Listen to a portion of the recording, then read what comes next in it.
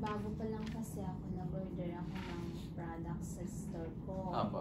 Tapos, dumating naman yung product. Item. Yes po, dumating yung item. Kaya lang, ang pinagtataka ko, galing yung nakalagay kasi na sender from Valenzuela. Opo. Tapos inabot siya ng almost a month bago dumating sa akin. Paano po kaya nangyari yun from Valenzuela to Quezon City? Okay.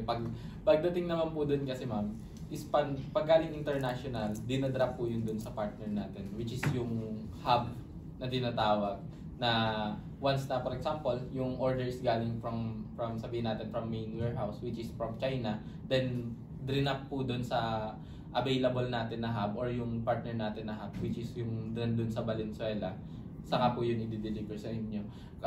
Kahit po nun naman, i-double check po natin yung order detail nun.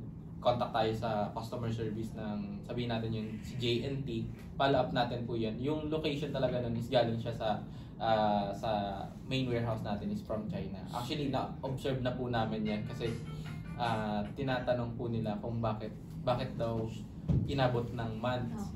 Ng month.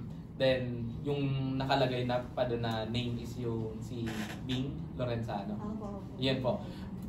Bakit ganon? Bakit ganito yung details? Then, bakit pa nanggaling sa Valenzuela? Then, again naman po yung naman po namin doon. Response is from warehouse, or from main warehouse, which is from China, i-deliver po siya doon sa hub.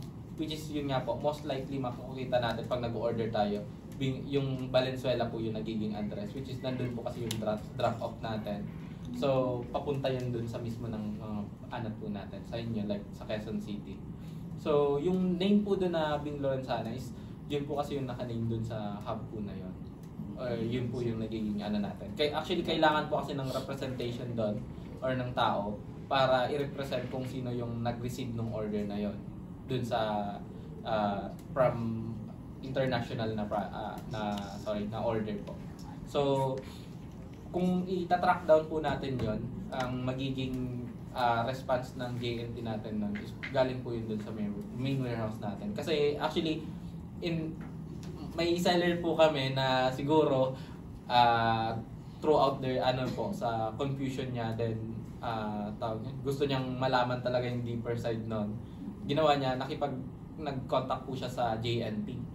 Then, yung response po ng JNT, dineclare po sa kanya yung kung saan nanggaling yung mismong item na yun. Which is yung nga po from China yung item. So, tali po siya dun sa dinidisclose natin na information or yung expected talaga na data na dapat po natin